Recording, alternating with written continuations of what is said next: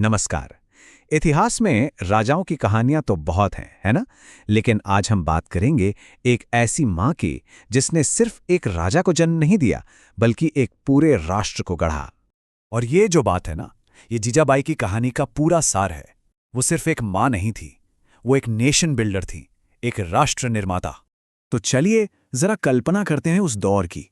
एक ऐसा समय जब चारों तरफ अन्याय था, गुलामी का अंधेरा था, और उसी घने अंधेरे के बीच एक महिला स्वराज की एक छोटी सी लौ जलाती है, अपने लोगों के राज का एक सपना देखती है।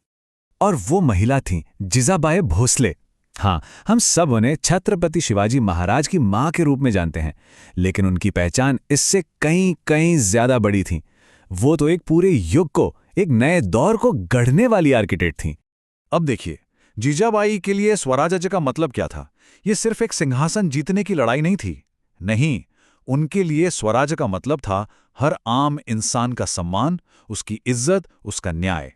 तो सवाल ये उठता है कि इतना बड़ा सपना, इतना महान विजन, ये सच कैसे हुआ? इसकी नींव रखी गई शिवाजी को एक आदर्श राजा, एक परफेक्ट रूलर के रूप में तैयार करके।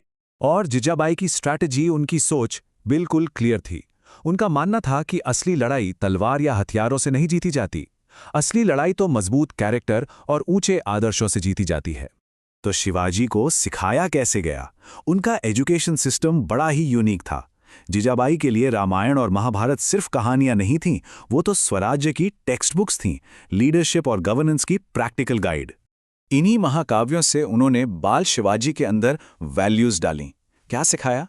कि देखो, राम की तरह हमेशा धर्म के रास्ते पर चलना है, भीम की तरह ताकतवर बनना है अन्याय के खिलाफ लड़ने के लिए, और एक राजा के तौर पर हमेशा हमेशा न्याय का साथ देना है।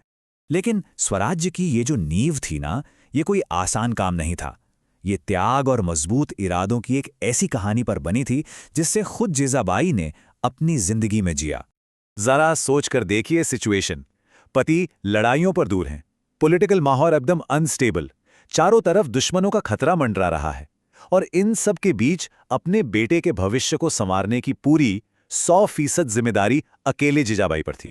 तो मतलब वो एक ही समय में दो दो रोल निभा रही थी।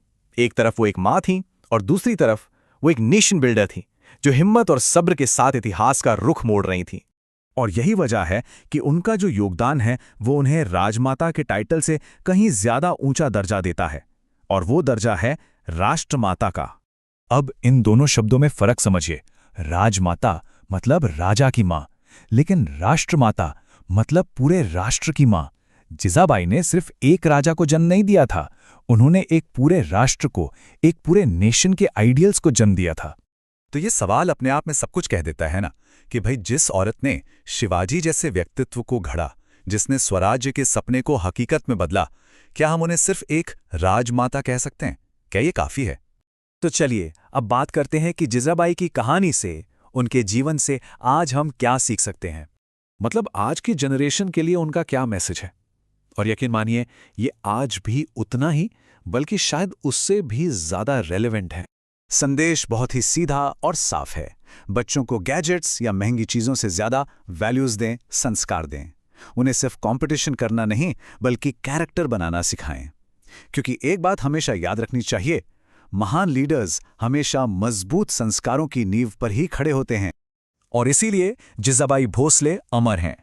वो सिर्फ इतिहास की किताबों का हिस्सा नहीं है, बल्कि वो हर उस माँ बाप के दिल में जिंदा हैं जो एक बेहतर भविष्य का सपना देखते हैं और उस सपने को अपने बच्चों के जरिए पूरा करना चाहते हैं।